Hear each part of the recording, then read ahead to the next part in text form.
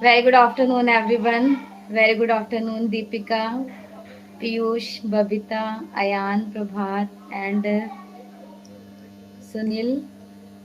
Very good afternoon, everyone. कैसे हैं आप सभी लोग और आप लोगों की स्टडी कैसी चल रही है? सो आई थिंक अभी तक मॉर्निंग से कितने लोगों ने कितने प्रैक्टिस सेट सॉल्व कर लिए हैं, क्या क्या कर लिया, जल्दी जल्दी से बताइए। मेरे टाइम टेबल को कौन कौन स्टूडेंट फॉलो कर रहे हैं? मॉर्निंग 5 बजे या 4 बजे कितने स्टूडेंट उठ जाते हैं? 6 बजे वाली तो मैं क्लासेस आपकी लेती हूँ, तो ऑफकोर्स आप सभी उठ जाते होंगे। जो स्टूडेंट लेट उठते हैं, तो देखिए मैं उनको सजेस्ट करूंगी रात में हो सके तो जल्दी सो जाए, सुबह जल्दी उठ के बिल्कुल फ्रेश माइंड से अच्छे तरीके से रिवीजन कीजिए। बाद में पूरे दिन प्रैक्टिस सेट्स वगैरह लगा लीजिए, आराम कर लीजिए। बस 24 घंटा पढ़ना पढ़ना नहीं है, ठीक है। Very good afternoon Vinu. Very good afternoon Anu. हाँ, thank same to you. Very good afternoon Tanu. Tanu तो इतने प्यार से बोलती हैं very good afternoon my cute ma'am ji. उठ तो जाते हैं लेकिन पढ़ नहीं पाते हैं, क्यों बबीता? क्यों नहीं पढ़ पाती हो? मॉर्निंग का टाइम आपको पता है मेरे मेरे लिए सबसे स्पेशल मोमेंट क्या होता है? एक तो सुबह का वक्त, दूसरा मतलब फजर के बाद का, मतलब मिडनाइट 4 बजे के बाद वाला टाइम बहुत पीसफुल होता है। बहुत इत्मीनान से आप लोगों का क्वेश्चन वगैरह सेलेक्ट कर देती हूँ। एक सेकंड।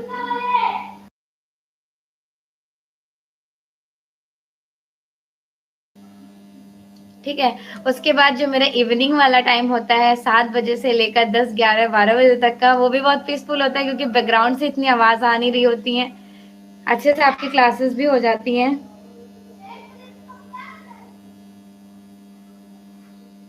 अच्छा, अच्छा है कि मैं आप लोग का मॉर्निंग का 6 बजे का क्लास रख दी हूँ, ताकि आप लोग नहीं भी मतलब किसी भी हालत में ना उठें, तो कम से कम ये सोच के तो उठेंगे कि मैम 6 बजे का टाइम ही रखी है क्लास का। और दूसरी क्लासेस यूट्यूब पे हो जाती हैं। और एक पॉइंट आज मैं आप लोगों के साथ क्या शेयर करने वाली हूँ। आज का जो 125 न्यू क्वेश्चन है, प्रैक्टिस सेट 9 है। 9 टोटल 12 प्रैक्टिस सेट्स हैं। 9, 10, 11, 12 दैट सफिशिएंट एंड लेफ्ट हो जाएंगे। फिर बाद में न्यू बुक्स प्रैक्टिस आपके साथ कराई जाएंगी। और जो भी स्टूडेंट अगर यूजीसी नेट जेआरएफ की प्रिपरेशन कर रहे हैं या फिर 2023 वाला आपने फॉर्म फिल किया है, इसका तो एलिजिबिलिटी क्राइटेरिया आपको पता होगा ना।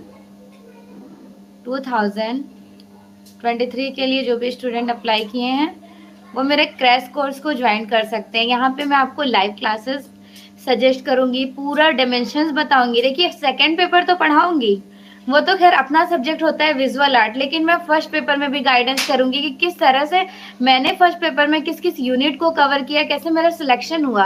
और अगर आपका मेरा फर्स्ट पेपर का नोट्स आपको चाहिए होगा तो फ्री ऑफ कॉस्ट मैं नोट्स भी प्रोवाइडेड कर दूंगी। बस उसका टर्म जो है वो इंग्लिश लैंग्वेज में है।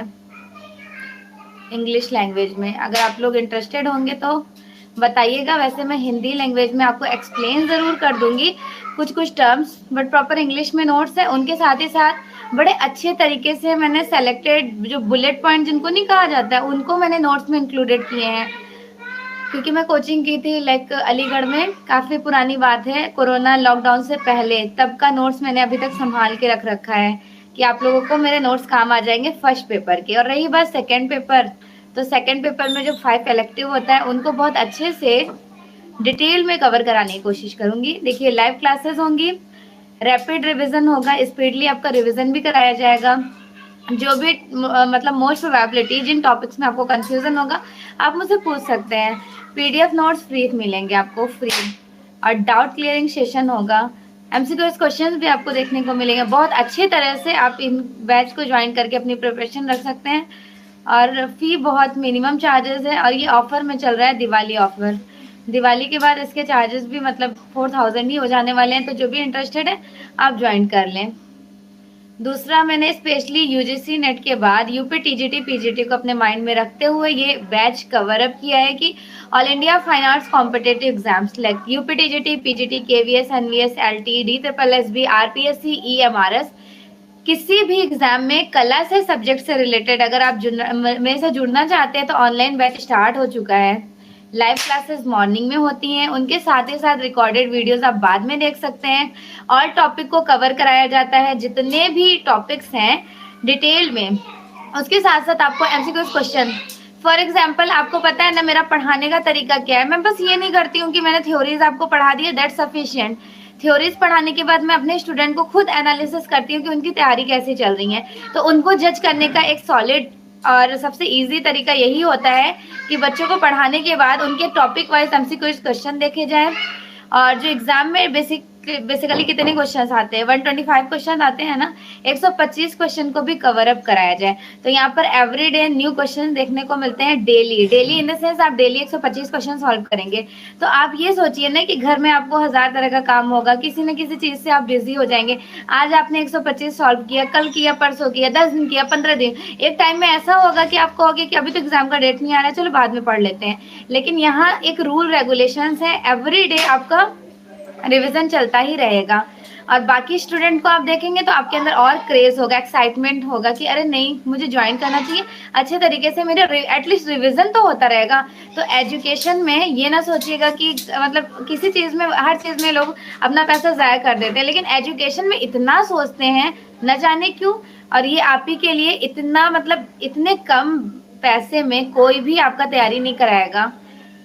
आप कहीं से भी जाकर देख लिएगा, कोई आपको पर्टिकुलर 125 क्वेश्चन डेली नहीं देगा, टॉपिक वाइज क्वेश्चन डेली नहीं रहेंगे, और यूनिट वाइज के साथ साथ कलाकार के भी क्वेश्चन रहेंगे। तो डेली ये प्रैक्टिस सॉल्व करिएगा, थियोरेटिकल फॉर्म को कवर अप कीजिएगा, कलाकारों की क्लासेस होंगी। तो बहुत स्पेशल ऑफर है 2023-24, अपने हाथ से आप लोग जाने मत दीजिए। बैच को अगर ज्वाइन नहीं कर पा रहे हैं तो कोई बात नहीं, लेकिन हाँ मन लगा के खुद जो आपके नोट्स है उनको भी अच्छे से ज्वाइन करके पढ़िए। बहुत सारे स्टूडेंट ऑलरेडी यहाँ पे कनेक्टेड है। आप जो लाइव क्लासेस में देखते हैं मोस्टली स्टूडेंट यहाँ पे पेड स्टूडेंट है। तो चलिए फिर आपकी क्लासेस स्टार्ट करते हैं। ओके एवरीवन, एक second.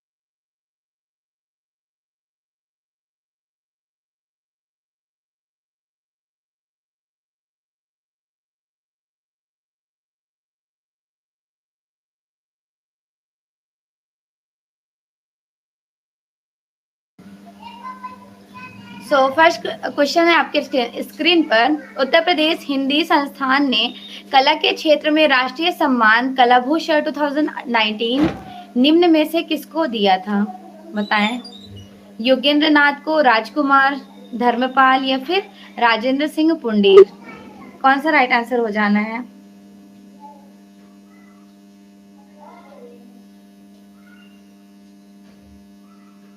Thank you so much Sanaya, आपको मेरे नोट्स इतने पसंद आए। What is your good name आपका? आई थिंक आपने यहाँ पे आईडी चेंज करके ज्वाइन किया, इसलिए मैं आपको पहचान नहीं पा रही हूँ। Very good afternoon Pratibha, exactly, very good. Anu, sorry Anu नहीं, Ayan and Ansh, Babita, Sunil, Hina, Sanaya, exactly right answer is D, Rajendra Singh Pundi. Next question है स्क्रीन पर। राष्ट्रीय ललित कला एकेडमी के वर्तमान अध्यक्ष कौन थे?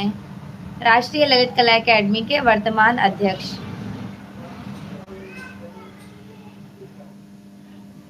सुधीर पंचारणे, उमा नंदूरी, नंदलाल ठाकुर या फिर ज्योति भट्ट? तो देखिए प्रेजेंटली पूछा जा रहा है राष्ट्रीय आधुनिक कला के वर्तमान कौन है।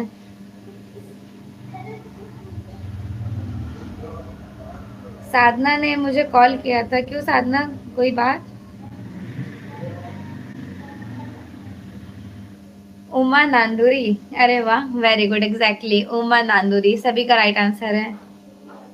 चलिए अगला क्वेश्चन देखते हैं। अभी प्रेजेंटली उमा नांदूरी हैं। भारतीय चित्रकला का आलोचनात्मक इतिहास किस पुस्तक में आपको देखने को मिलेगा? भारतीय चित्रकला का आलोचनात्मक इतिहास उन्हीं की पुस्तक में देखने को मिलेगा जिनका प्रैक्टिस सेट्स अभी आप सॉल्व कर रहे हैं। क्या नाम था उनका?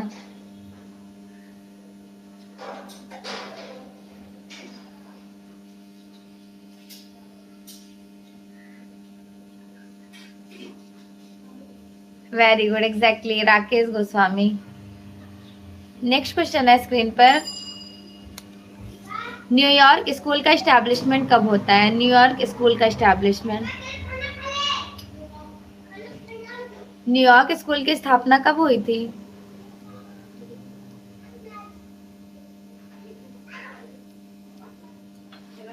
नाइनटीन 1940 में, 1940 में।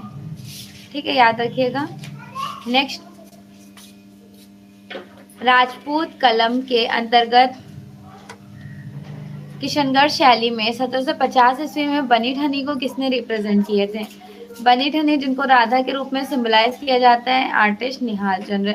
ध्यान रखिएगा, आर्टिस्ट निहाल चंद्र ने बनाए थे बनी ठनी, और 1750 से 60, 10 साल में ये बनकर 50 से 65 कहा जाता है, इतने साल में बनके कंप्लीट हुई है।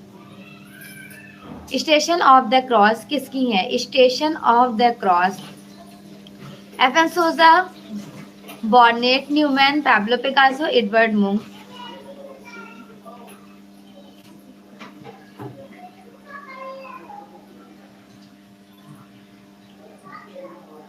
Very good afternoon Neha.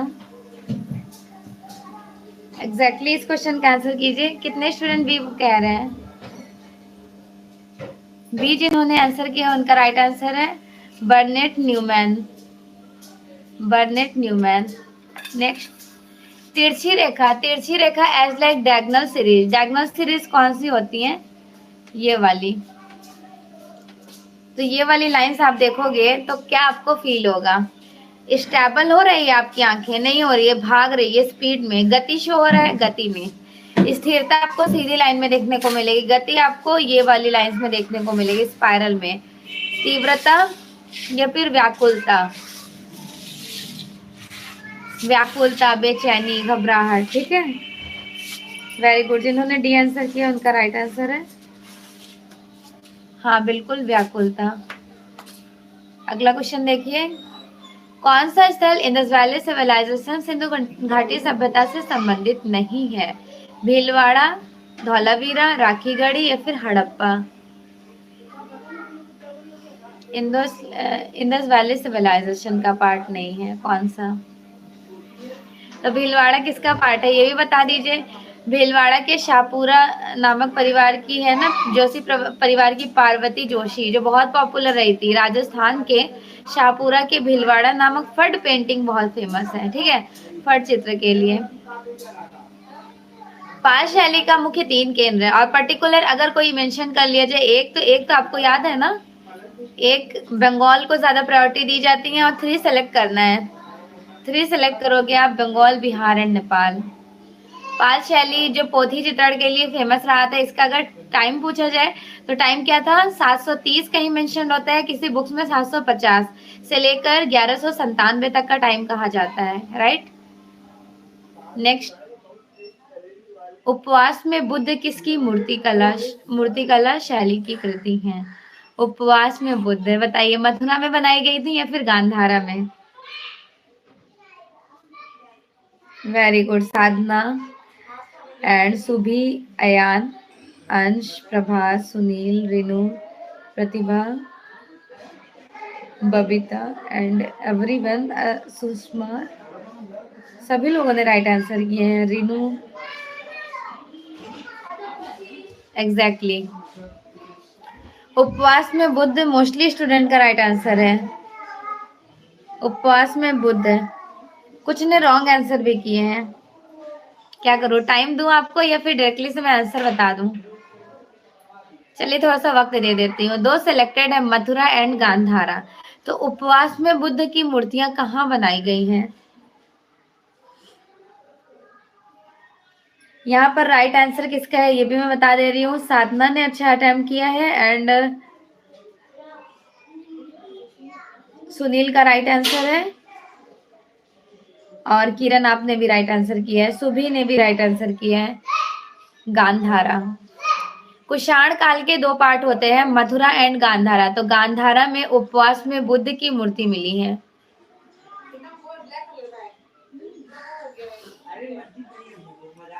वह मुगल चित्रकार जिसने केवल अकबरनामा जैसी प्रसिद्ध चित्र श्रृंखला बनाई, बल्कि लैला मजनू की प्रेम कहानी को भी अनेक पेंटिंग्स में रिप्रेजेंट करते हैं। क्या नाम था? अकबरनामा, आईने अकबरी। आर्टिस्ट कौन थे? दसावन या फिर बसावन? बबीता गांधारा होगा बेटा, एक बार नोट्स देख लीजिएगा। मैं भी उस क्वेश्चन में रुकी थी, जब आप लोगों के लिए क्लासेस लेने से पहले मैंने उनको सर्कल बनाया, फिर मैं मथुरा और गांधारा की नोट्स पढ़ी, देन आपको क्लियरिफाई बताई हूँ।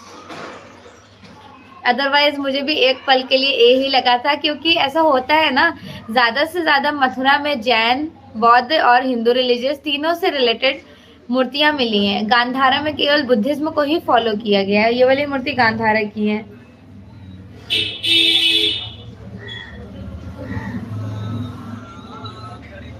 वेरी गुड, जिन्होंने बसावन आंसर किया उनका राइट आंसर है। पेस्ट्री का डेवलपमेंट किया था, साथ के साथ the nude Maja, the cloth Maja, और बहुत सारी जितनी भी इनके आर्टिकल्स है ना, मोस्टली एग्जाम में पूछे जाते हैं। तो यूपी टीजीटी का मैं श्योर नहीं कहूंगी, बट हाँ आप लोग पढ़ लिएगा। यूजीसी नेट में इनका 100% एक ना एक क्वेश्चन पुटअप किया जाता है। फ्रांसिस दी गोया, ठीक है, फ्रांसिस दी गोया। भीमबेटका के पाषाण शैलाश्रय 1957 टू 58 टाइम ड्यूरेशन किसने खोज किए थे? उज्जैन यूनिवर्सिटी के प्रोफेसर वीएस वाकड़कर ने। बाइजेंटाइन कला किसके आश्रम में डेवलप्ड हुई, विकसित हुई, इवेल्युएट हुई? बताइए। और इसी के साथ साथ मुझे आप लोग बाइजेंटाइन स्कूल का, बाइजेंटाइन आर्ट मूवमेंट का टाइम भी बता दीजिए।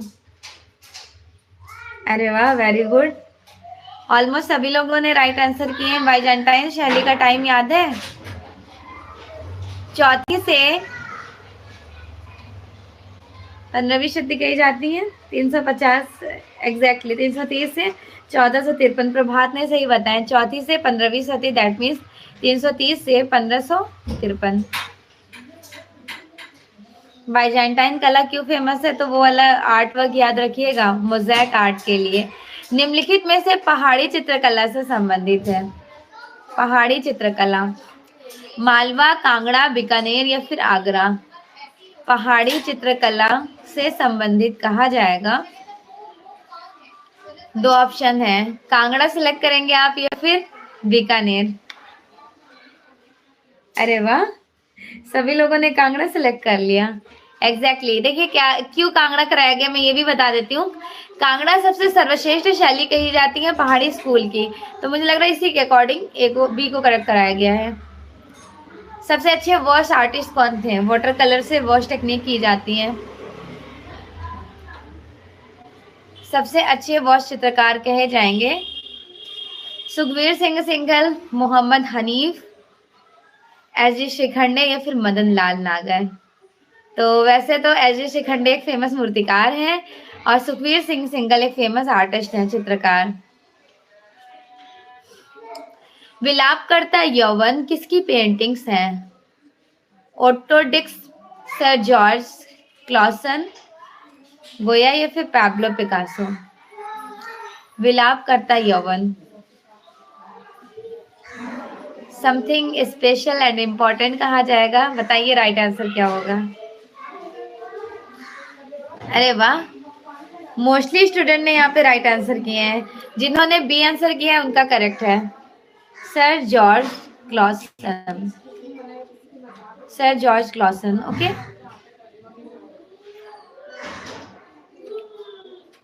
स्वामीनाथन कहे जाएंगे। यहाँ पर केवल first and the last exhibition, एक ही एग्जीबिशंस लगी थी, ठीक है। कब लगी थी? 1963 में। अकाल को विषय के रूप में उकेरने वाले प्रमुख कलाकारों को पहचानिए। अकाल से रिलेटेड कौन कौन से आर्टिस्ट ने काम किए हैं? राजा रवि वर्मा, अमिता शेगिल या फिर यामिनी रंजन रॉय, गगनेन्द्र नाथ टैगोर? जैनुल आबदीन, चित्तो प्रसाद, रामकिंकर बैस या सोमनाथ होत? Which one is the right answer, A या फिर बी?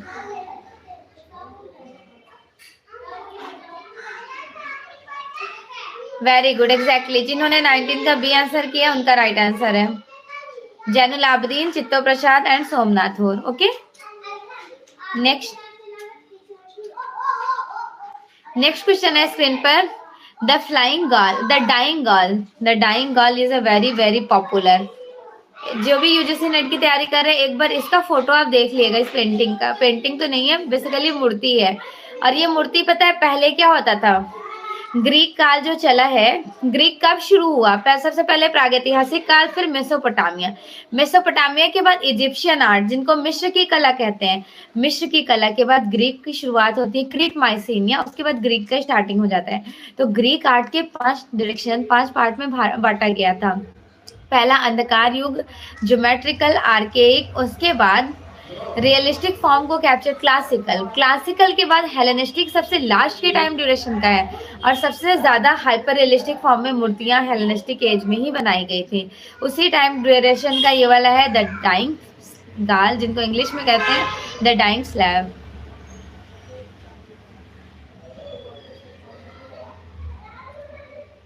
मोहनजोदड़ो के मंदिर किस राजवंश में बनाए गए थे? चंदेल, नरसिंह, कलचुरी या फिर शुंग?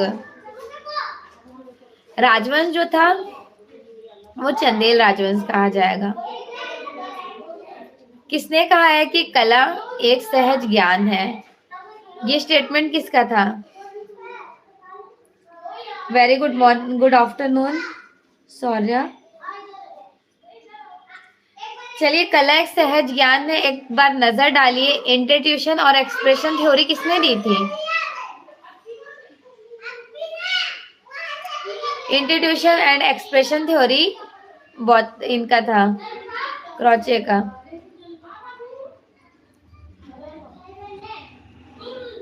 अभिनव गुप्त का जो नवा रस है उसको किस नाम से जाना जाता है? वेरी गुड, सभी लोगों ने राइट आंसर किए। अभिनव गुप्त का जो नवा रस है उसको किस नाम से जाना जाएगा? शांत रस। लखनिया की गुफा किस क्षेत्र में डेवलप होती है? लखनिया की जो गुफा है वो किस क्षेत्र में डेवलप होती है? मिर्जापुर में। 1880 ईस्वी में आर्चिबाल्ड कार्लाइल ने मिर्जापुर की खोज की थी। फिर 1883 ईस्वी में जॉन कॉकबर्न ने, खोज तो ऑलरेडी पहले हो चुकी थी, बाद में जॉन कॉकबर्न ने खोज के साथ लेख प्रकाशित किए, घोड़मंगर से गैंडे की आखेट का लेख। सती एक बहुत फेमस पेंटिंग है, 1907 में बनाई गई थी। किसके थ्रू बनाई गई? आर्टिस्ट नंदलाल बसु। ओके,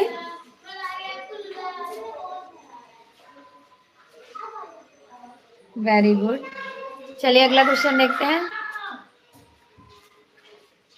कोणार्क का जो है ब्लैक पगोड़ा सूर्य मंदिर का निर्माण किसके राजवंश में हुआ था? निर्माण किसने करवाए थे? राजा नरसिंह देव प्रथम ने या फिर नरसिंह वर्मन प्रथम ने? बताइए कौन सा राइट आंसर हो जाएगा? वेरी गुड, सुनील, प्रतिभा, किरण। मोस्टली स्टूडेंट का यहाँ करेक्ट आंसर है नरसिंह देव प्रथम के द्वारा। बीबीसी द्वारा रिकॉर्ड पोलाक के निर्देशन में बनी दस्तावेजी फिल्म जो है partition, the day India birth, किस चित्रकार ने अहम भूमिका निभाई थी? सतीश गुजराल ने। चट्टानों को काटकर रथ मंदिर जो बनाए गए थे वो किसकी देन है? पल्लव काल की। ठीक है, पल्लव काल की देन है।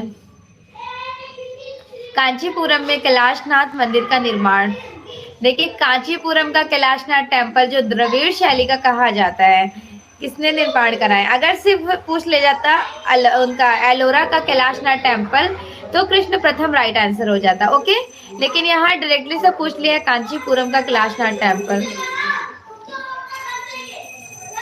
Very good, exactly. जिन्होंने नरसिंह वर्मन द्वितीय बताया उनका राइट आंसर है।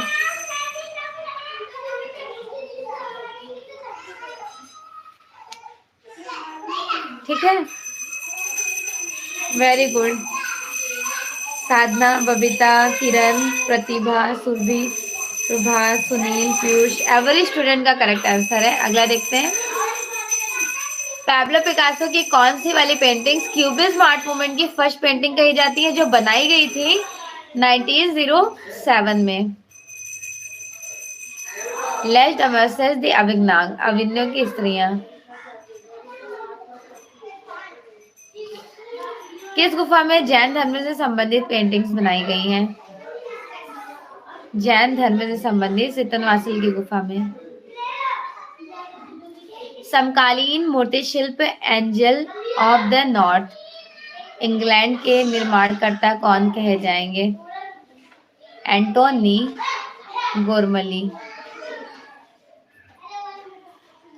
चित्तो प्रसाद और उनकी चित्रकला पुस्तक किसकी है? चित्तो प्रसाद और उनकी चित्रकला, बताइए। अच्छा क्वेश्चन है। चलिए मैं ऊपर का 2 इलिमिनेट कर दे रही हूँ, नीचे के 2 बताइए ऑप्शन में। अशोक भौमिक है या फिर अवधेश मिश्र है? अरे वाह, जिन्होंने 33 का आंसर सी बताया उनका राइट आंसर है Ashok Bhowmick. Exactly, Ashok Bhowmick. Alexander Gottlieb Baumgarten, Baumgarten इनका जर्मन में जन्म होता है। इनको फादर ऑफ एस्थेटिक कहा जाता है, सौंदर्य शास्त्री हैं, एस्थेटिक फिलोसफर। मूविंग फोकस एक बहुत फेमस वर्क है, मूविंग फोकस, और दूसरी है the living tradition.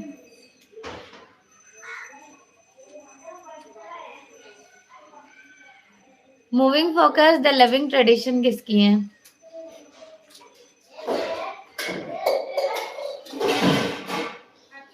KG Subramaniam की है ना।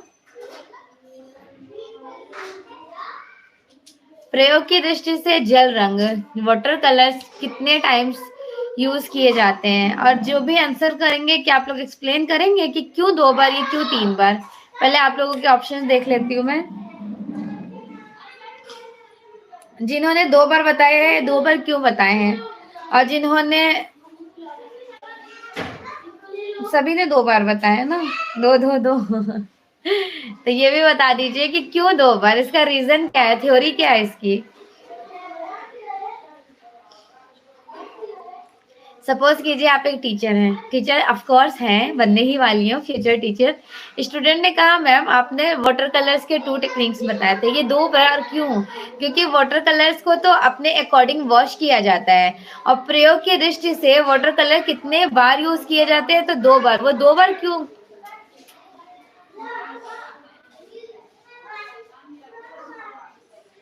वाटर कलर कभी अपारदर्शी हो ही नहीं सकते हैं साधना। पारदर्शी अपारदर्शी, आपका ये जो एक्सप्लेनेशन है वो रॉन्ग है। और भी कोई स्टूडेंट बताइए।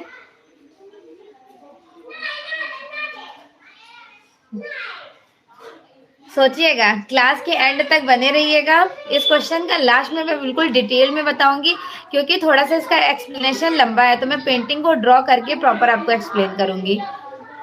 चलिए अगला क्वेश्चन देखिए। जिन्होंने 2 प्रकार बताया उनका राइट आंसर है।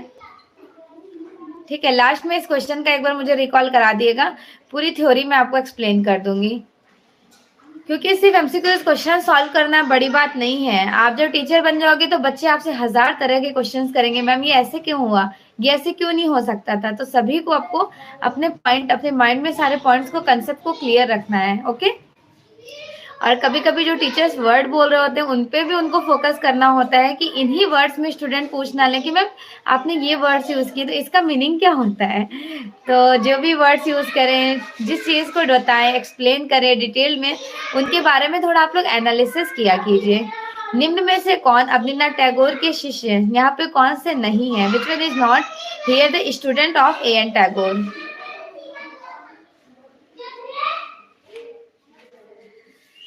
यहाँ पे किसी ने भी राइट आंसर नहीं किया। अभी आप लोगों के पास टाइम है, इसीलिए तो मैंने डायरेक्टली आपको आंसर नहीं किया।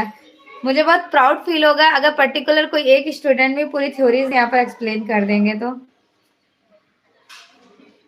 ठीक है, चलिए अगला क्वेश्चन देखते हैं। निम्न में से कौन अवनींद्रनाथ टैगोर के शिष्य नहीं है? प्रदोष दास गुप्ता नहीं है, बाकी सारे अवनीन्द्रनाथ टैगोर के ही शिष्य हैं।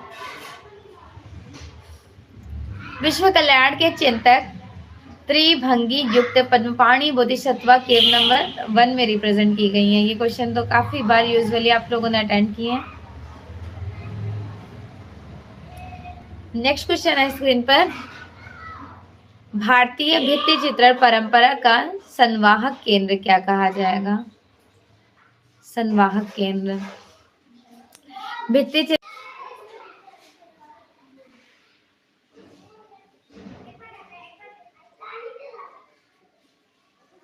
स्टैम्पलिंग एंड स्क्रबलिंग को साधना बोल रही है कि मैम ये अपारदर्शी होते हैं, बट मैं नहीं बोलूंगी कि अपारदर्शी होते हैं, मैं बोलूंगी पारदर्शी होते हैं। क्यों? क्योंकि आपको पता है जब ये आपका कैनवस है, आप कैनवस पे वर्क कर रहे हो ना, तो ये पीछे का जो बैकग्राउंड है वो भी ट्रांसफॉर्म हो रहा है, दिखाई दे रहा है। तो ये कैसे अपारदर्शी आपने कह दिया? प्रैक्टिकली अगर देखा जाए तो कोई लॉजिक ही नहीं है इसको अपारदर्शी करने का। पारदर्शी है बेटा। अभी देखिए मैं स्क्रीन पे ऐसे कर दी, इसी को स्क्रबलिंग कहते हैं। ये वाला वर्क लाइक ज्यादा से ज्यादा बस में अगर बैठे रहो तो कोई स्केचिंग करके पेन को इस तरह से मर्ज कीजिए तो लाइट और डार्क टोन को कैप्चर किया जाता है, तो पीछे का बैकग्राउंड आपको शो हो रहा है, तो इनको आप अपारदर्शी नहीं कहेंगे, पारदर्शी ही कहेंगे। ठीक है, देखिए ये वाला क्वेश्चन क्लियर हो गया। फंडामेंटल्स की जो चीजें होती हैं ना, कभी कभी मैं सिर्फ थ्योरी पे बिलीव नहीं करती हूँ, उनके प्रैक्टिकल को सर्च करती हूँ। और जो foreigners videos clip art YouTube पे पड़े होते हैं ना, फॉरेनर लाइक वेस्टर्न आर्टिस्ट, और उन्होंने कैसे अप्लाई किया, उसके टूल्स, उसकी हिस्ट्री रिसर्च करती हूँ तो पता चलता है एक्चुअल में क्या थ्योरी है। तो आप लोग को भी इसीलिए सजेस्ट करती हूँ, सिर्फ प्रैक्टिस सेट, सिर्फ क्वेश्चन थ्योरी बुक्स पढ़ लेना नहीं है, आपको प्रैक्टिकली अपने माइंड को एनालिसिस करना है सारे पॉइंट को। विश्व कार्टून दिवस कब मनाया जाता था? 5 मई को। विनस ऑफ विलेंड्राफ प्रतिमा कहाँ से पाई गई थी? विनस ऑफ विलेंड्राफ जो ये फर्स्ट एब्स्ट्रैक्ट मूर्ति कही गई है पूरे वर्ल्ड की, ऑस्ट्रिया से प्राप्त है। एक्रेलिक कलर्स में बनी हुई पेंटिंग्स लगाने की आवश्यकता होती है, तो एक्रेलिक कलर्स में इसमें से आप क्या लगाते हैं? वार्निश लगाते हैं, गोंद लगाते हैं, या फिर फेविकॉल? बताइए।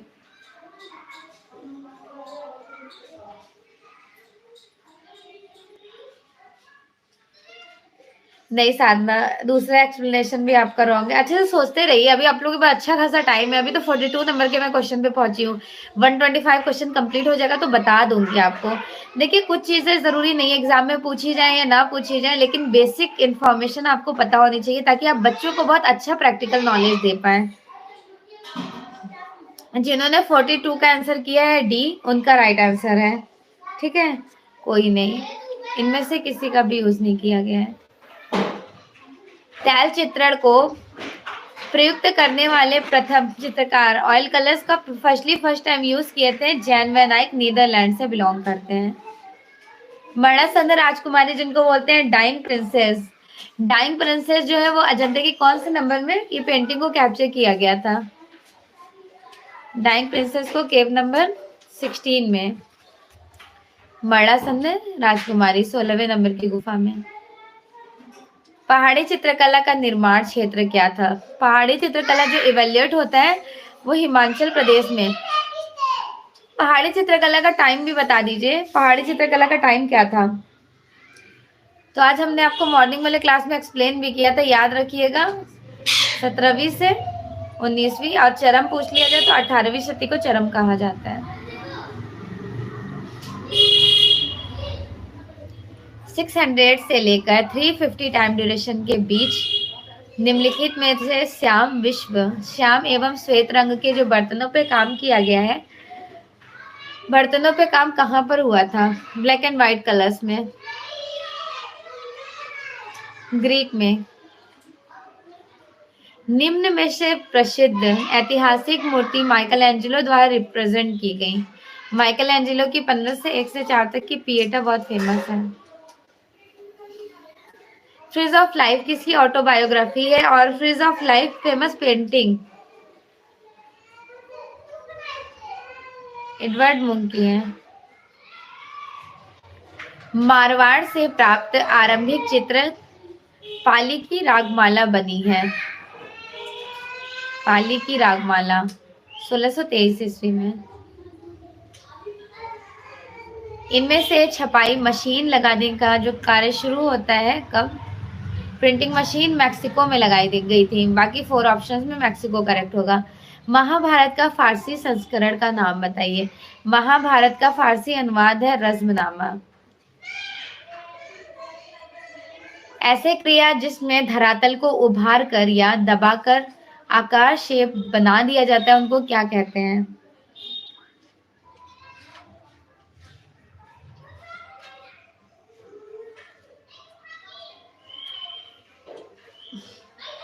जिन्होंने सी बताया है उनका राइट आंसर है सी वाले स्टूडेंट का, एम्बोस पेंटिंग कहते हैं। आपने प्रैक्टिकली एम्बोस पेंटिंग किया है? जो भी 11th-12th में जिनका वो होगा, क्या नाम है, होम साइंस वाले स्टूडेंट ने प्रैक्टिकली किया होगा। हम लोगों को 11th क्लास में 12th क्लास में प्रोजेक्ट मिला था स्कूल टाइम में। तो एम्बोस पेंटिंग बहुत इजी होता है, 60 रुपए का मिलता था। ब्लैक कलर का एक कपड़ा होता था, उस कपड़े को उल्टा करके प्रेस कर दो। प्रेस करने से जब उसको पलट के देखो तो उसका जो डिजाइन था वो 3 डायमेंशनल में थोड़ी उभर जाती थी। तो जो उभरी हुई होती थी तो शीशी वाली उसमें कलर्स भी मिलती थी। तो जैसे जैसे पेपर, एक अलग से पेपर दिया हुआ होता था, कलरफुल पेपर, उसमें जो ड्रॉइंग बनी होती थी सेम उसी कलर्स को उस एम्बोस में अप्लाई करना होता था। तो बहुत अच्छा है एम्बोस पेंटिंग, छोटे छोटे बच्चों के लिए बड़ा यूजफुल है आज के टाइम में। उस टाइम में तो हमारे लिए ही बहुत इंपॉर्टेंट था, क्योंकि 12th क्लास में पहली बार इस तरह का वर्क की थी मैं। आप लोगों ने भी किया होगा जिनका होम साइंस होगा। मेहंदी और मंडना लोक कला कहाँ की सबसे ज्यादा पॉपुलर है? राजस्थान की। शिल्पी चक्र के संस्थापक कौन कहे जाएंगे? शिल्पी चक्र के संस्थापक बीसी सान्याल ने 1949 में दिल्ली शिल्पी चक्र का एस्टैब्लिशमेंट किया। राजस्थानी चित्र के मूल स्रोत क्या थे?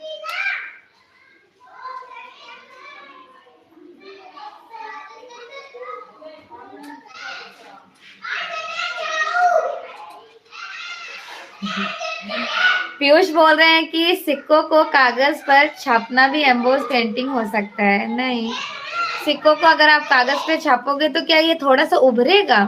सिर्फ आपको फील होगा। उभरना मतलब ये है, अब मैं यहाँ पे कोई आपको 3D कोई पिक्चर्स दिखा दूंगी तो बस आप वो 3D कहेंगे, लेकिन वो प्रॉपरली एम्बोस उभर जाती थी। ठीक है, राजस्थानी चित्रण शैली का स्रोत है। राजस्थानी जो है ये इसका बैकग्राउंड था, कहाँ से रूट निकल कर आया, तो इसकी रूट जो थी वो अभ्रंश शैली थी। अभ्रंश शैली की कुछ विशेषताएं त्याग कर राजस्थानी शैली का जन्म होता है। हाँ, आप ये कह सकते हैं जो सिक्के का क्वाइन होता है, 1 रुपए का जो सिक्का होता है, ये 5 रुपए का, उसमें जो डिजाइनिंग बनी रहती है उसको 3D रिलीफ, उभरा रिलीफ फॉर्म में रख सकते हैं। लेकिन अगर सिक्के को आप कह रहे हैं कागज पर छापेंगे तो उनको रिलीफ नहीं कहा जाएगा। दोनों का टर्म्स डिफरेंट डिफरेंट है। एक ही कंडीशन में 2 थ्योरी अप्लाई कीजिए, दोनों के चेंजेस अलग अलग हो जा रहे हैं। किस कलाकार द्वारा डेथ ऑफ कृष्णा रिप्रेजेंट किया गया था 1993 में कैनवस पर? मंजीत बाबा के थ्रू।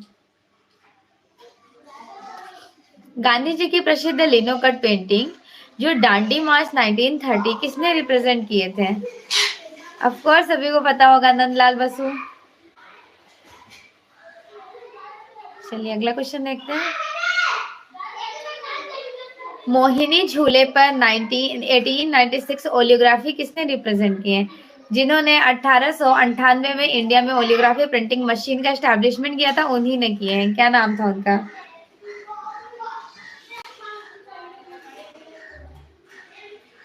हाँ एग्जैक्टली, साधना मुमताज है, बिल्कुल, राजा रवि वर्मा। सभी ने राइट आंसर किए हैं यहाँ पर, मोहिनी अट्टम वाला राजा रवि वर्मा। निम्नलिखित में से किन्हें कला के क्षेत्र में पद्म भूषण अवार्ड से अवॉर्डेड किया गया था? कला के क्षेत्र में पद्म भूषण अवार्ड AP बाल सुब्रमण्यम और सुदर्शन साहू। असित कुमार हल्दर की कौन सी वाली पेंटिंग है जो 1991 में भारतीय डाक टिकट पर प्रिंटिंग की गई थी? घायल बतख के साथ सिद्धार्थ, धूम्र लक्ष्मी या फिर नववधु। पता है आपसे जो मैंने क्वेश्चन पूछे है ना, वो मैं फंडामेंटल्स ऑफ आर्ट में आपको ऑलरेडी पढ़ा चुकी हूँ, इसीलिए मैं आप लोगों को इतना फोर्स कर रही हूँ कि बताइए बताइए। आप थोड़ा सा सोचिएगा कि फंडामेंटल्स ऑफ आर्ट जो मैम ने अपनी नोट से पढ़ाया था उसमें कौन कौन सी चीजें एक्सप्लेन की थी।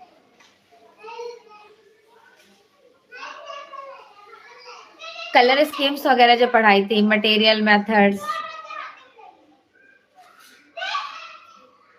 जिन्होंने ए आंसर किया है उनका राइट आंसर है घायल बतख के साथ सिद्धार्थ।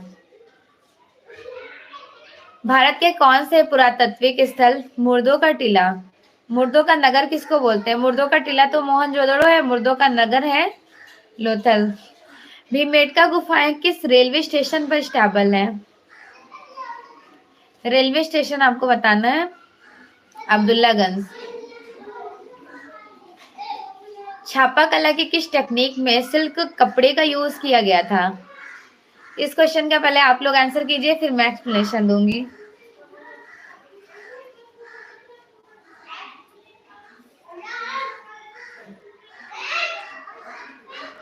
63 का एवरेज स्टूडेंट सी आंसर कर रहे हैं।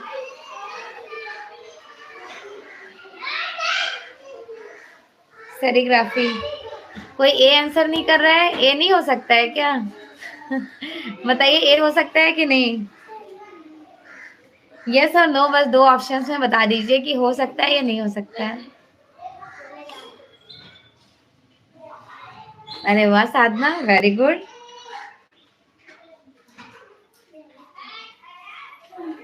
नहीं हो सकता है ना, बट इस प्रैक्टिस सेट में ए सही कराया गया है। तो जो भी लोग ये प्रैक्टिस सेट्स में ए याद कर लिए होंगे, अगर रट भी लिए होंगे, तो प्लीज वो अपना सही कर लीजिएगा। यहाँ पे राइट आंसर है सी।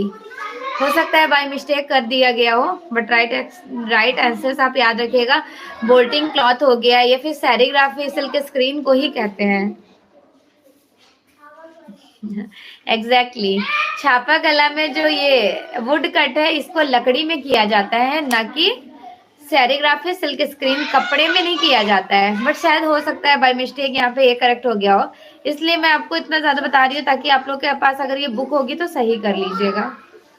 अगला, अनुपम सूद किस रूप में बहुत ज्यादा पॉपुलर है? छापा चित्रकार के रूप में, मूर्तिकार, छायाकार। Of course Anupam Sood was very famous and popular in print making artist. Group 8 से बिलोंग करती है। क्या हुआ अरहम?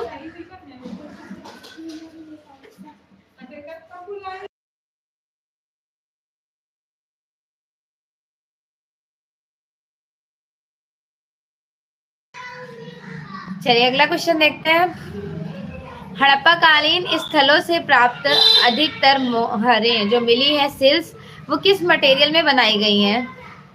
मटेरियल सेलेक्ट कीजिए, कौन से माध्यम में बनाई गई थी? Everyone says B is right answer. Exactly. देखिए जो हड़प्पा में सिल्स मिले हैं मोहरे, वो सेलखड़ी में बनाई गई हैं, but most of the time सेलखड़ी ऑप्शंस में नहीं होता है, देन टेराकोटा को सिलेक्ट कर दिया जाता है। ओके नेक्स्ट, 1605 में मेवाड़ क्षेत्र के चावड़ में रागमाला श्रृंखला के चित्रों को किस चित्रकार ने रिप्रेजेंट किया था? निजामुद्दीन, मनोहर लाल, निसारुद्दीन या फिर कुमार? 2018 यूजीसी नेट में पूछा गया। असल बच्चे इतना शोर क्यों करते हैं? मना नहीं करते हो तुम? लोग मानती है।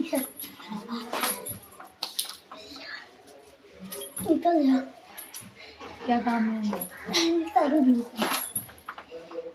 1605 ईस्वी में जो मिला, सामान गिरा दो। 1605 ईस्वी में मेवाड़ में चावड़ रागमाला जो स्टेबल किया गया, किसने बनाए थे? निसारुद्दीन ने। अजंता में जो मारविजय की, ऑफ कोर्स देखिए मारविजय एक पेंटिंग भी मिली है, एक मूर्ति भी मिली है, तो मैं यहीं पे क्लियरिफाई कर दे रही हूँ कहाँ पर पेंटिंग मिली और कहाँ पर मूर्ति। मूर्ति गुफा संख्या 26 में मिली है, ठीक है। पेंटिंग गुफा संख्या 1 में भी मिली है, गुफा संख्या 17 में भी मिली है। 1 और 17 दोनों जगह मारविजय की पेंटिंग मिली है।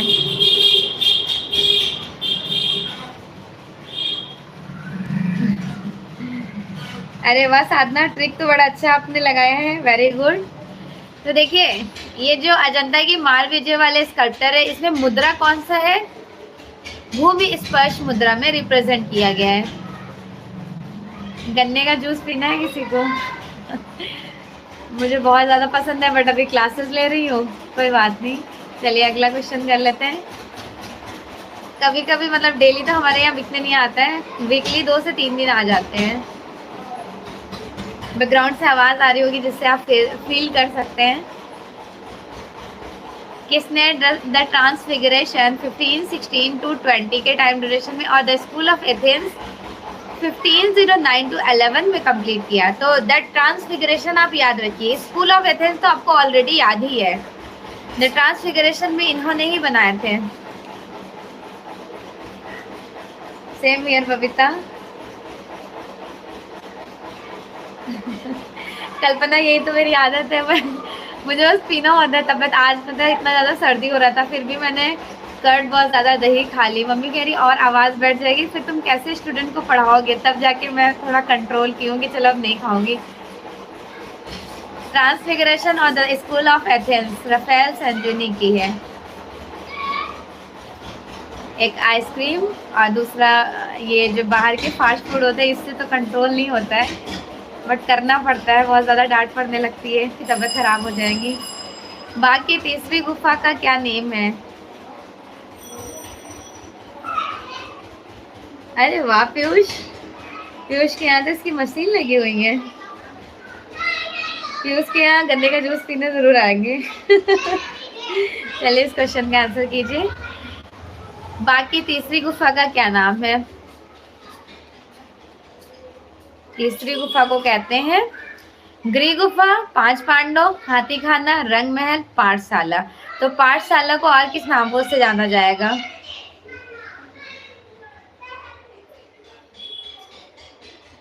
क्वेश्चन नंबर 69 का क्या आंसर कर रहे हो आप लोग? ए।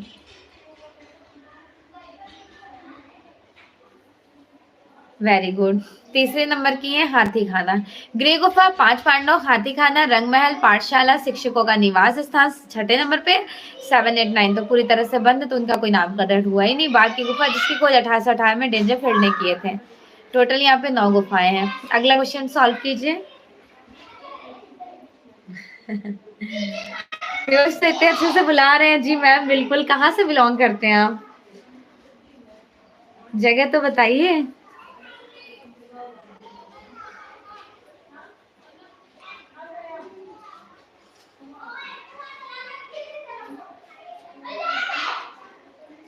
सेवेंटी का सी।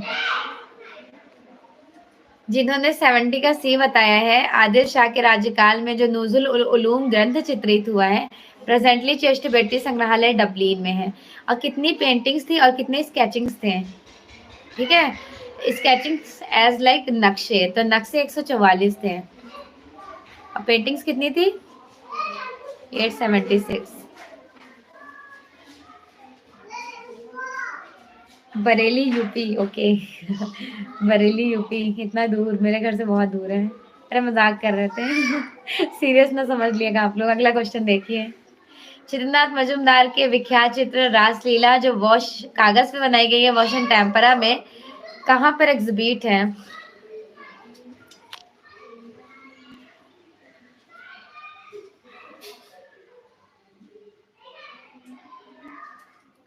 साधना देखिए, किसी किसी बुक में 140, कहीं कहीं पे 144 दोनों मेंशन किया रहता है, तो ध्यान रखिएगा। मतलब यूजुअली आपको पता रहना चाहिए दोनों चीजें। इस वाले क्वेश्चन का आंसर कीजिए। चित्रनाथ मजूमदार वैसे तो इलाहाबाद यूनिवर्सिटी में एज ए प्रोफेसरशिप इनरोल्ड हुए थे, और ज्यादा से ज्यादा इनकी राष्ट्रीय आधुनिक कला संग्रहालय नई दिल्ली में ये वाली है।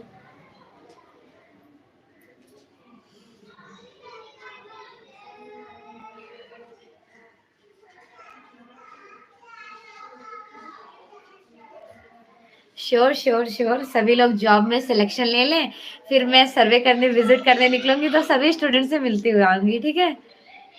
अब तो इतना अच्छा हो गया है सोशल मीडिया कि आप लोगों के सिलेक्शन के बाद डायरेक्टली से पता चल जाना है। कोई बात नहीं, आना जरूरी नहीं है, ज्यादा मैंडेटरी है कि आपका सिलेक्शन हो जाए। खैर कोई किसी के यहाँ आ नहीं पाएगा, सभी लोग दूर दूर के हैं। बस मैं यही दुआ करती हूँ कि अच्छे ग्रेड से आपका सिलेक्शन हो जाए। आप लोग इतना मेहनत कर रहे हो। किसने काष्ठ के टुकड़े में काटूम कुटुम का प्रयोग किया था? अवनीनाथ टैगोर ने। मूर्तियां बनाए थे ना काष्ठ के, काटूम कुटुम में। उल्लू बनाए थे, उल्लू, याद है कि नहीं? आउल। भारतीय कला एवं कलाकारों को प्रोत्साहित करने की दृष्टि से गगनेन्द्रनाथ टैगोर ने 1907 में और ईवी हैवेल, इन दोनों को सहायता प्रदान की गई थी। ये तो यूजुअली इंपॉर्टेंट है। 1907 डायरेक्टली से मेंशन कर दिया गया, that means Indian society of oriental art. Company शैली के प्रमुख केंद्र कौन सा कहा जाएगा?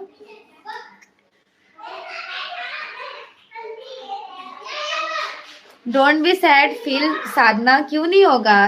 कहीं ऐसा ना हो टॉप लिस्ट में आप ही का नाम हो। I wish. कहते हैं ना, जिस चीज के लिए ज्यादा घबराओ वो चीजें बहुत अच्छे शिद्दत के साथ, मेहनत के साथ कंटिन्यूटी बनी रहती है तो काफी अच्छा रिजल्ट आता है। देखिए घबराइए मत, क्योंकि ये एग्जाम जो है ना, ये पूरा जरूरी पूरे सिलेबस के साथ साथ आपके माइंड पे भी डिपेंड करता है कि प्रेजेंट ऑफ माइंड वहाँ एग्जामिनेशन हॉल में आपका कितना काम कर रहा है। तो बिल्कुल बेफिक्र होके पेपर जाइएगा देने। ये सोचिएगा हमने सब कुछ तो पढ़ ही रखा है, क्या एग्जामिनर पूछ लेंगे। ऐसा तो नहीं है कि बिना मतलब आउट ऑफ सिलेबस कुछ क्वेश्चन पूछ लिया जाएगा। अगर पूछ भी लिया जाएगा तो एक से दो ही तो पूछेंगे। एटलीस्ट आप 125 में से 120 क्वेश्चन तो सही करके आ सकती हैं। ये टारगेट बनाइएगा। आप लोग डेली 125 क्वेश्चन खुद सॉल्व किया कीजिए, डेली। इसीलिए तो मैं बोल रही हूँ कि अगर 125 वाला क्वेश्चन डेली आपको सॉल्व करना है तो आप मेरे पूरे बैच से ज्वाइन होकर एवरी डे बहुत अच्छे तरीके से एमसीक्यूज प्रैक्टिस कर सकती है। क्लासेस का कोई फी नहीं है, सिर्फ जो एमसीक्यूज क्वेश्चंस होते हैं उनके चार्जेस जाते हैं। क्लासेस तो मैं live free of cost he provide कराती हूँ। कंपनी शैली का प्रमुख केंद्र क्या था? पटना।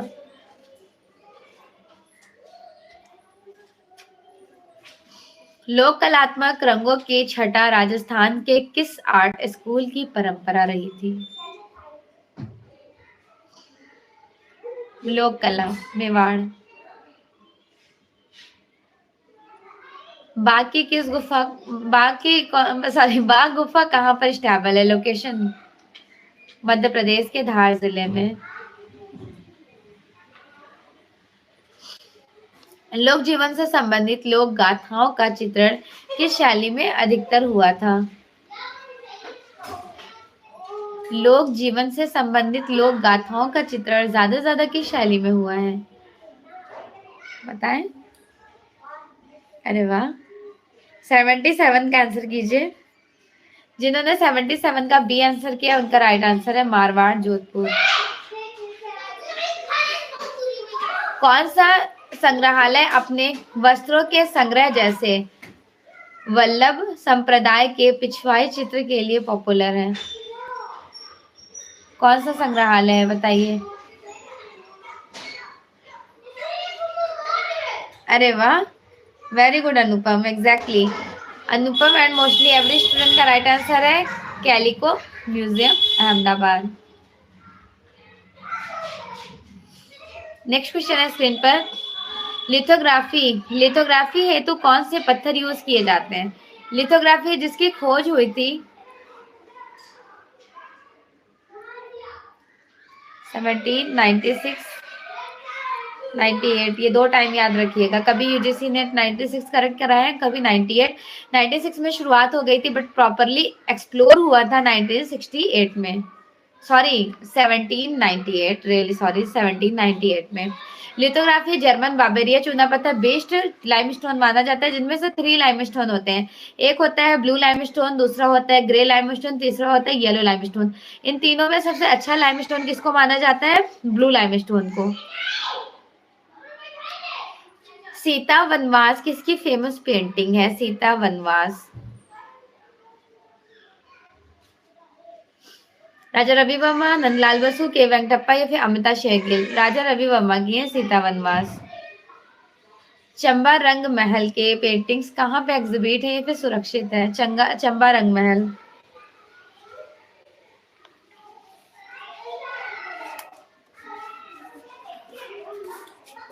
जिन्होंने 81 का बी आंसर किया है, क्या आंसर किया आप लोग? बी।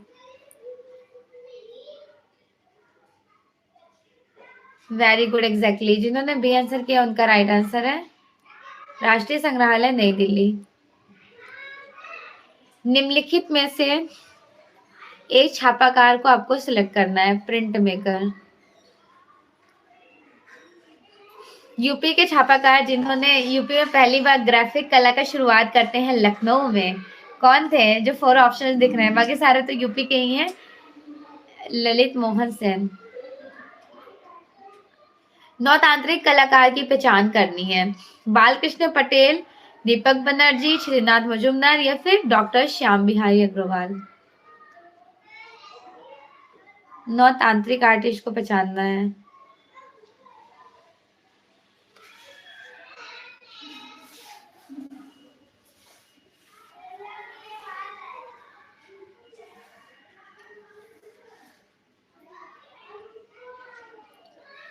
अच्छा, बबीता किचन में बिजी है। इट्स ओके बबीता, कोई बात नहीं बेटा। Very good, exactly. जिन्होंने 83 का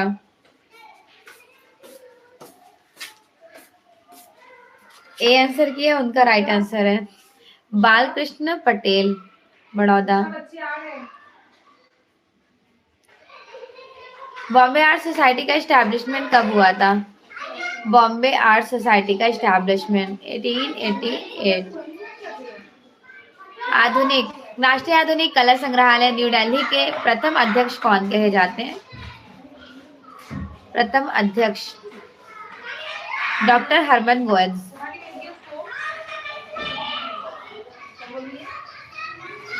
केजी सुब्रमण्यम का विख्यात mural the king of dark chamber 1300 terracotta tiles में रिप्रेजेंट किया गया है।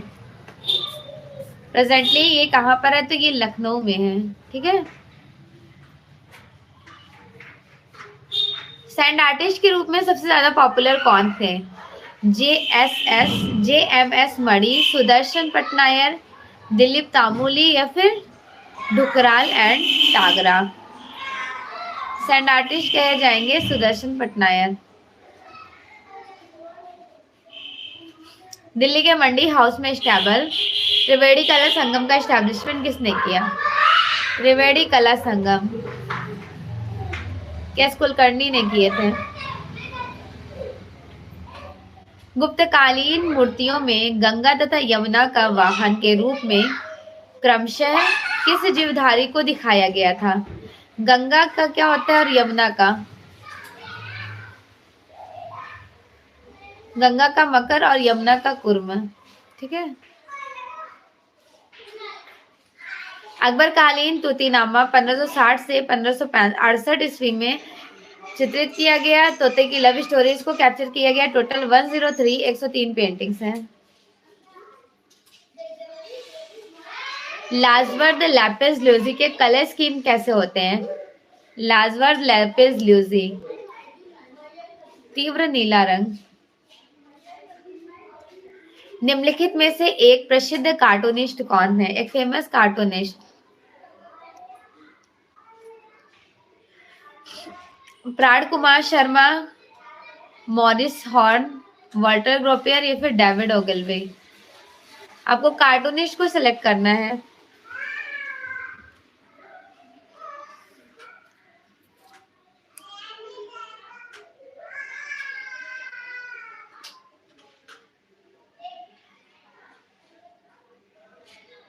हाँ प्रतिभा, एग्जैक्टली। गंगा मकर यमुना कुर्म। ठीक है। 92 का आंसर कीजिए आप लोग। 92 का जिन्होंने ए आंसर किया है उनका राइट आंसर है प्राण कुमार शर्मा। ओके, प्राण कुमार शर्मा राइट आंसर हो जाना है। चलिए अगला क्वेश्चन देखते हैं।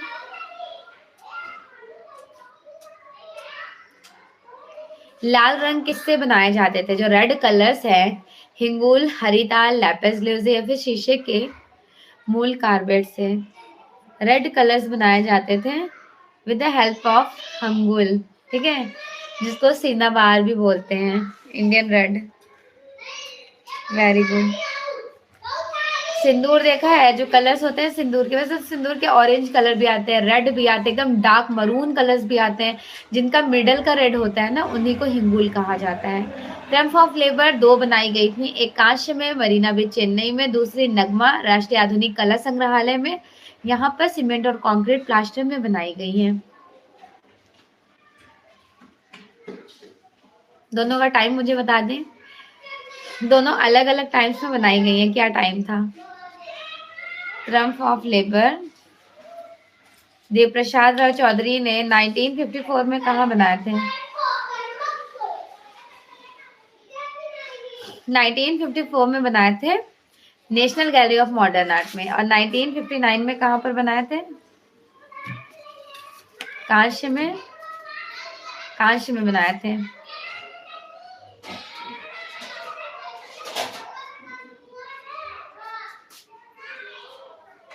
वेरी गुड, एग्जैक्टली सभी लोगों ने राइट आंसर किया। अगला क्वेश्चन देखिए, भारत के राष्ट्रीय ध्वज को किसने डिजाइन किया था? ये तो बहुत जनरली क्वेश्चन है, क्लास 3 के बुक में आपको देखने को मिल जाएगा। सीबीएसई बोर्ड इंग्लिश मीडियम में 2-3 के बुक का क्वेश्चन है ये वाला आपके स्क्रीन पर। तो ये क्वेश्चन किसी का रॉन्ग होना ही नहीं चाहिए।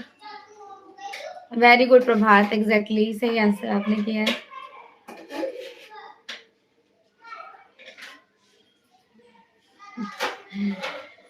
जो क्वेश्चन मैं पुटअप की हूँ वाले उसका आंसर कीजिए, क्वेश्चन नंबर 95 का।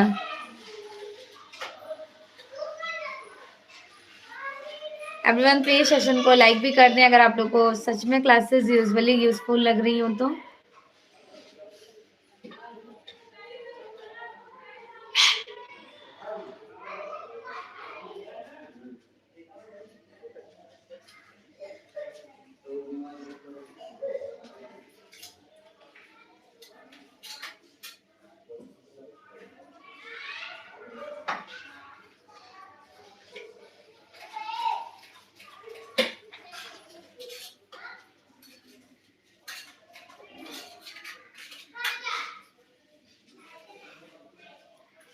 एवरीवन सेज पिंगली वेंकैया, एग्जैक्टली पिंगली वेंकैया कहे जाएंगे, ठीक है।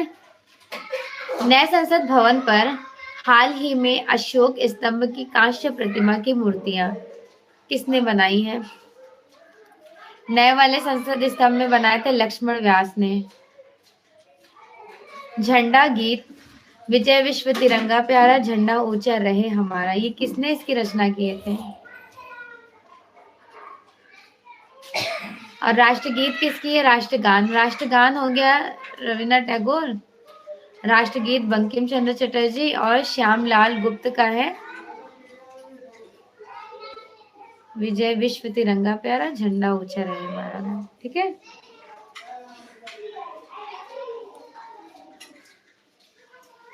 जिन्होंने सी आंसर किया उनका करेक्ट है, सी राइट आंसर होगा।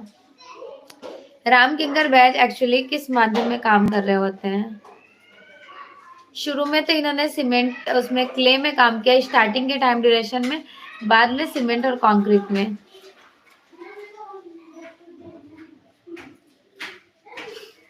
चित्र शीर्षक the river in iron oxide,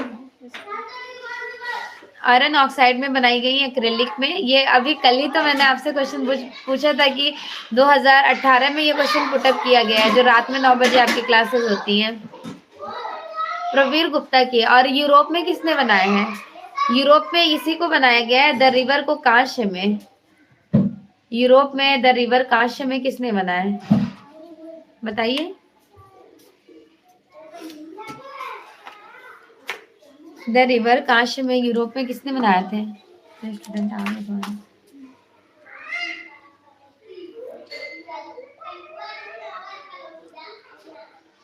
चलिए फिर मैं बता ही देती हूँ, याद रखिएगा, मैलोल। वैसे पता नहीं आप लोगों ने मैलोल के बारे में पढ़ा है कि नहीं, यूजीसी नेट के ये मूर्तिकार हैं। यूजीसी नेट का जब आप सिलेबस देखोगे ना तो आपको मैनुअल देखने को मिल जाएंगे। Very good Sadhana and Rahul, सच में सीरियसली कल वाली क्लास आप लोगों ने डेडिकेशन के साथ ही देखे हैं। अगला क्वेश्चन देखते हैं। आपको पता है मैंने आपको शेयर कर दिया, मेरा वाईफाई स्टॉप हो गया, फिर मैं शेयर की, फिर यही मतलब प्रॉब्लम, फिर मैंने ध्यान दिया अरे वाईफाई तो वर्क ही नहीं कर रहा है, वाईफाई वालों को कॉल की, देन फाइनली आप लोग की थर्ड क्लासेस फिर से, मतलब मैंने तुरंत पहले सेट करके नहीं बैठी थी, पहले से तो ऑलरेडी बस एक ही क्लास सेट थी, उसके बाद जल्दी जल्दी से सेट करके दूसरा क्लास भेजी, फिर वर्क नहीं किया, फिर थर्ड क्लासेस फाइनली शेयर की। क्योंकि जब मेन क्लास लेने बैठती हूँ ना, और या फिर टेक्निकल इश्यूज हो जाए या थोड़ा शोर वोर होता है, नॉइस ज़्यादा होने लगती, तो बहुत ज़्यादा डिस्टर्बेंस फील होता है। देवगढ़ का दशावतार मंदिर ललितपुर झांसी में है, गुप्त काल की। निहाल चंद्र किस मंदिर के लिए, किस शैली के लिए पॉपुलर है, किशनगढ़ स्कूल। कालीघाट चित्रकला का केंद्र क्या था, लखनऊ, मुर्शिदाबाद, पटना या फिर कोलकाता। कालीघाट चित्रकला का जो मेन है वो कोलकाता है। ओलंपिया 1863 में किसने बनाए थे। 1863 में ये ओलंपिया की पेंटिंग का ये स्टोरीज है कि इस पेंटिंग में बहुत ज्यादा क्रिटिसिज्म हुआ था, राइट। तो ओलंपिया की एक मैं बेसिक इंफॉर्मेशन बता दे रही हूँ आपको। बनाए थे एडवर्ड माने ने, ठीक है। तो ये कैसे बनाए, किससे प्रभावित होकर, सबसे पहले जॉर्जियानो ने द टेम्पेस्ट बनाए, आंधी जिसको कहते हैं। फिर जॉर्जियानो से प्रभावित होकर टिशियन ने बनाए थे उर्बिनो की वीनस। फिर उर्बिनो की वीनस टिशियन से प्रभावित होकर माने ने बनाए थे ओलंपिया। फिर माने से प्रभावित होकर पॉल सेजान ने बनाए हैं मॉडर्न ओलंपिया। एक साथ 4 क्वेश्चन मैंने आपको एक्सप्लेन कर दिए, इनको नोट डाउन कर लिएगा, ये पूछा गया क्वेश्चन है कहीं ना कहीं किसी कॉम्पिटेटिव में, तो एक्सप्लेन कर दी। एक सेकंड रुकिएगा। अकबर ने 1567 से 82 में रस्मनामा का जो पेंटिंग्स बनाए थे उसका मटेरियल मतलब किस सरफेस पर, कपड़े पर।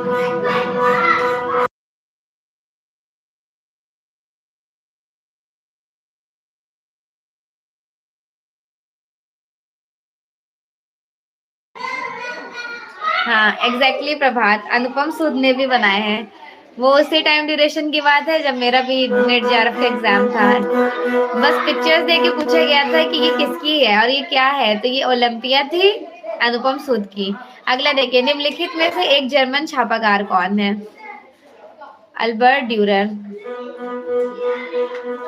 गांधार स्कूल ऑफ आर्ट्स की जो मूर्तियां हैं वो किसमें बनाई जाती थी, देखिए मथुरा में तो रेड रेड लाइक स्पॉट्स वाले टेक्सचर्ड बलुआ पत्थर से होते थे, और गांधारा में ग्रे चिस्ट स्टोन से।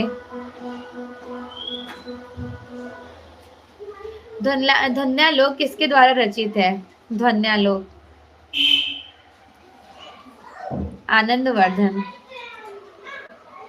पांडरेथन मंदिर, ये भी रिपीटेड क्वेश्चन है, मल्टी टाइम्स रिपीट हुआ है, कहाँ पर है, जम्मू एंड कश्मीर में। चित्रकला में चतुर्थ आयाम, रूस में मिखाइल और लॉरियानो 2 फेमस आर्टिस्ट रहते हैं, इन्होंने 4 डायमेंशनल को क्रिएट करने की कोशिश किए थे।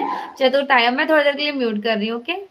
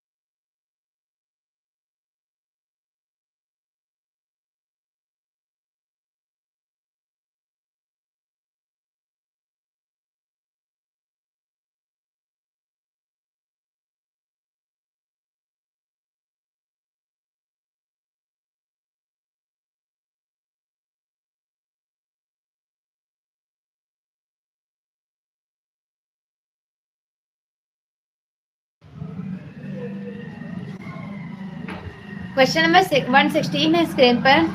लैला जो बनाई गई है कागज पर वॉश एंड टेम्परा में, प्रेजेंटली कहाँ पर एग्जिबिट है? राष्ट्रीय आधुनिक कला संग्रहालय नई दिल्ली में।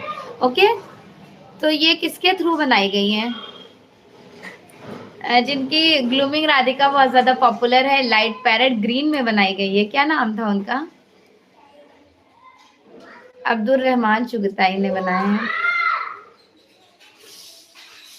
किसके समय के चित्रों में यूरोपीय प्रभाव अत्यधिक दिखाई देती हैं, ज्यादा से ज्यादा? तो देखिए, यूरोपीय प्रभाव ज्यादा दिखाई देती हैं। शुरुआत तो नो डाउट अकबर में हुई है, ज्यादा प्रभाव जहांगीर के समय में दिखाई दी है। राष्ट्रीय आधुनिक कला संग्रहालय न्यू दिल्ली में सुरक्षित बंगाली महिला, ये किसकी है? वो भी टेम्परा टेक्निक में बनाई गई। ऑफ कोर्स उन्हीं की होंगी जिनको टेम्परा टेक्निक का उनका प्री कलर स्कीम था, ज्यादा से ज्यादा टेम्परा में काम किए। क्या नाम था उनका? यामिनी रॉय। अरे वाह, एवरीवन सेज कि यामिनी रॉय। एग्जैक्टली, यामिनी रंजन रॉय।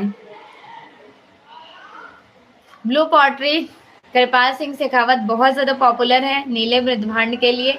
अच्छा, ब्लैक पॉटरी कहाँ की फेमस है? ब्लैक पॉटरी, ब्लू पॉटरी तो यहाँ की जयपुर की पॉपुलर रही है, जयपुर की। और अगर ब्लैक पॉटरी एग्जामिनर आपसे पूछ ले तो आप याद रखिएगा,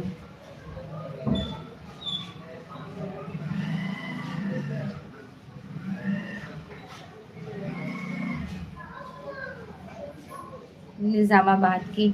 ठीक है, वेरी गुड, एग्जैक्टली। ऑलमोस्ट लोगों ने राइट आंसर किए हैं, निजामाबाद।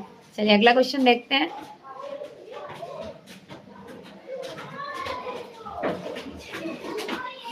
निम्नलिखित में से एक बसौली शैली के निम्नलिखित में से एक बसौली शैली की विशेषता कैरेक्टरिस्टिक नहीं है। बसौली शैली, इसे शुरू की तिब्बती चित्रकला के नाम से जाना जाता है, तो ये स्टेटमेंट करेक्ट है। कृपाल पाल के समय में बसौली शैली अपने गोल्डन एज को पहुंच गई थी, ये बात भी सच है। थर्ड में कहा जा रहा है कि बसौली में रसमंजरी का चित्रण बहुत प्रिय है। रसमंजरी भानु दत्त की है, देवीदास ने बसौली शैली में चित्रित किए थे। तो ऑलमोस्ट सारे ही ऑप्शंस करेक्ट हैं। बसौली शैली में मुगल कला का प्रभाव नहीं था। किसका प्रभाव था? तो पहाड़ी शैली के लोक कला का प्रभाव था।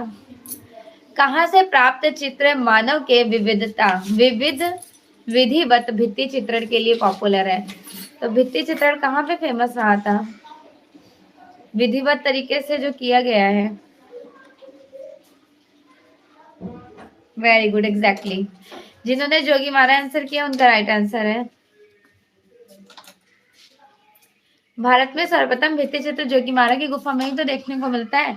अगला क्वेश्चन है, सैंधो घाटी की इंडस वैली सिविलाइजेशन में ज्यादा से ज्यादा जो मोहरे बनाई गई है, same as like repeated question कहा जाएगा, वो मोहरे आपको देखने को मिल जाएंगी स्टेटाइट सेलखड़ी में। किस कलाकार का जन्म? कलाकार का जिया संतोष का टाइम ड्यूरेशन आपको सिलेक्ट करना है, बताएं। अरे वाह, कल्पना ने बिल्कुल करेक्ट आंसर किए, वेरी गुड, एग्जैक्टली।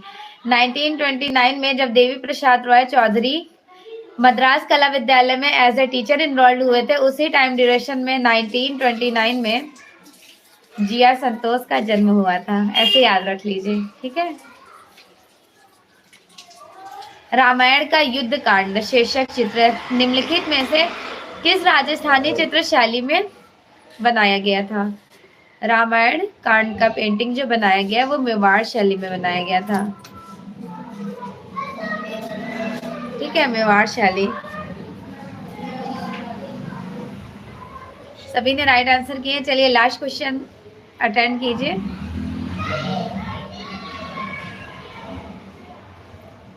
आप लोगों के साथ लास्ट क्वेश्चन शेयर कर रही हूँ। चंडीगढ़ के मशहूर रॉक गार्डन को किसने डिजाइन किया था?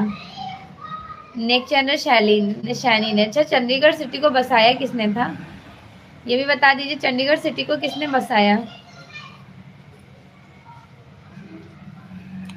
एक फेमस आर्किटेक्ट, उनका नाम था ली कॉर्ब्यूजर। इन्होंने चंडीगढ़ सिटी को बसाया।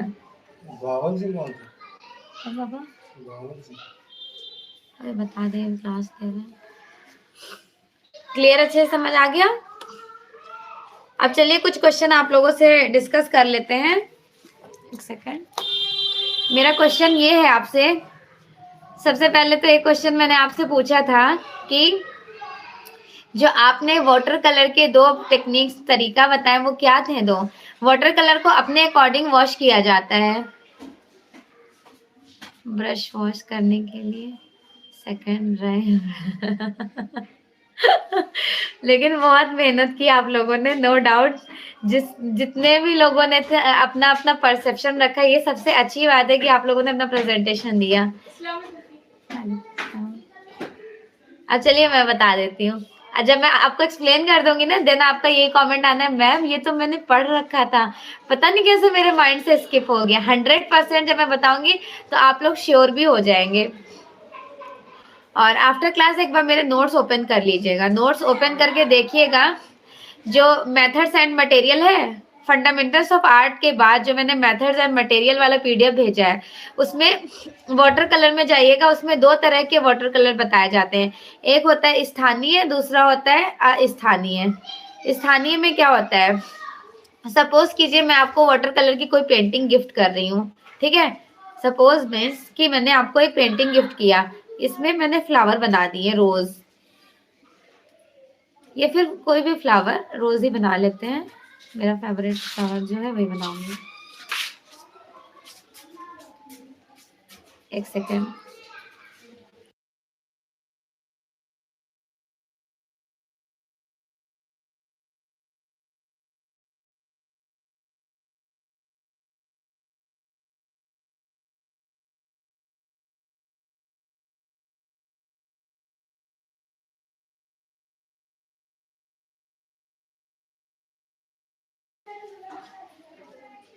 एक सेकेंड, एक सेकेंड। चलिए अब एक्सप्लेन करते हैं, अब अच्छा भी लगेगा आप लोगों को भी। वो पेपर सही था नहीं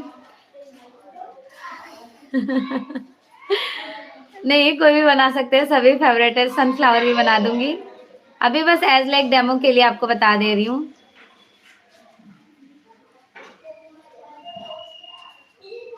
सपोज कीजिए कि मैंने साधना के लिए बनाया, साधना मुझे बहुत रोजेस भेजती रहती हैं आफ्टर क्लास। मैंने साधना के लिए एक पेंटिंग बनाई, उसमें रोज बना हुआ है, ठीक है, रोज बनाई हो। अब इस रोज में क्या करना है, ध्यान से सुनिएगा। आपको एक आर्ट टीचर बनना है, ठीक है, क्योंकि आप जब आर्ट टीचर बन जाओगे तो मैं ये चाहती हूँ कि मेरे स्टूडेंट बच्चों को इतनी अच्छी पेंटिंग्स बताएं कि लास्ट में बच्चे आप लोगों से इन फ्यूचर वो बच्चे आपको बुढ़ापे तक याद रखे कि मैंने किसी टीचर से पढ़ा था, वो सच में बड़ी टैलेंटेड थी। क्योंकि ये छोटी छोटी चीजों को ध्यान में रखना बहुत जरूरी होता है स्टूडेंट के लिए, टीचर्स को। तो ये वाटर कलर्स में बनाना है, ठीक है। दूसरा सपोज कीजिए ये आपका हो गया स्थानीय चित्रण। अब दूसरी पेंटिंग्स बनानी है आपको लैंडस्केप।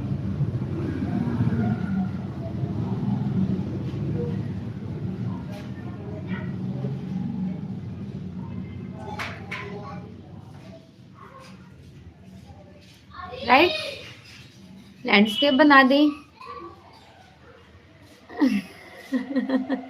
अरे बबीता, बबीता भी भेजा कर, अब रुक तो जाओ, पूरी थ्योरी तो आप लोग सुन लो।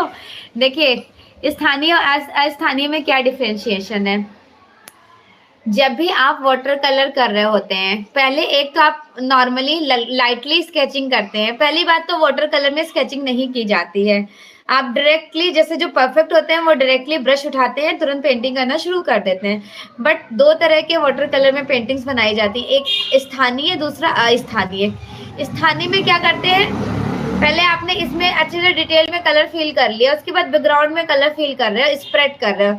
और अस्थानीय में क्या होता है, आप मर्जी चाहे जैसे आप कलर्स को इवेल्युएट कर दो, स्प्रेड करे, स्प्रे डाला आपने, स्प्रे कलर यहाँ ऑरेंज लगा दिया, यहाँ पे येलो लगा दिया, यहाँ थोड़ा सा ब्लू स्टोन, तो हर कलर्स के बिल्कुल डायरेक्टली से आप लगा रहे हो बिना किसी बाउंडेशन के। यहाँ तो आपकी ड्राइंग हो गई, तो यहाँ एक बाउंडेशन हो गया है। स्थानीय में बाउंडेशन हो गया, बट स्थानीय जो है यहाँ पे आपका कोई बाउंडेशन नहीं है, बिल्कुल फ्रीली होकर आप काम कर रहे हैं। यही दो डिफरेंशिएशन होते हैं वाटर कलर के। क्योंकि जो वो क्वेश्चन पूछा गया था, क्वेश्चन में आप लोगों ने ये ज़हन में आपको रखना था कि यहाँ पे 2 क्यों करेक्ट कराया गया, आवश्यकता अनुसार सही कराना चाहिए था। वो क्वेश्चन भी सही तरीके से पूछा नहीं गया था, बट मैंने वहां पे इसलिए आपको नहीं बोला कि मैं आपको थोड़ा सा भी, थोड़ा बोलते हैं ना, अगर जरा सा हिंट देती तो डेफिनेटली से आप आंसर वहां कर लेते हैं। मुझे ये था कि लास्ट तक आप लोग बने रहिए, फिर एंड में आपको प्रॉपर एक्सप्लेन करूंगी। तो ये स्थानीय चित्रण होता है, ये वाला स्थानीय होता है, सॉरी, ये वाला स्थानीय होता है, ये वाला अस्थानीय होता है।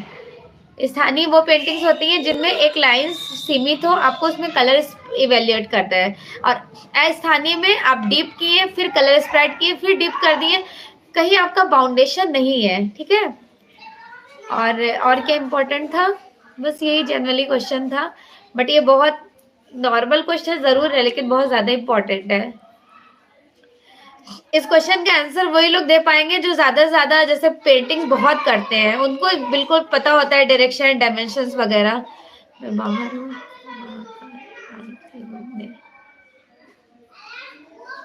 अच्छा चलिए, और फिर मिलते हैं आपसे रात में ही। आज मिल पाऊंगी 9 बजे, क्योंकि आज भी मेरी 5 बजे वाली क्लास यूथ वाली, पता है मैं लेना चाह रही हूँ, बट थोड़ा थोड़ा सा कुछ काम हो जा रहा है मेरी फैमिली में। मेरी बुआ के घर शादी वादी है, तो शॉपिंग में ही वक्त निकल जाता है। तो अब हम आपसे मिलेंगे रात 9 बजे, ठीक है। और क्या बताना था, और एक इम्पॉर्टेंट चीज़ें ये भी बतानी थी कि अच्छे से आप लोग थ्योरी पढ़िए, थ्योरी के साथ साथ एमसीक्यू क्वेश्चन भी प्रैक्टिस कीजिए।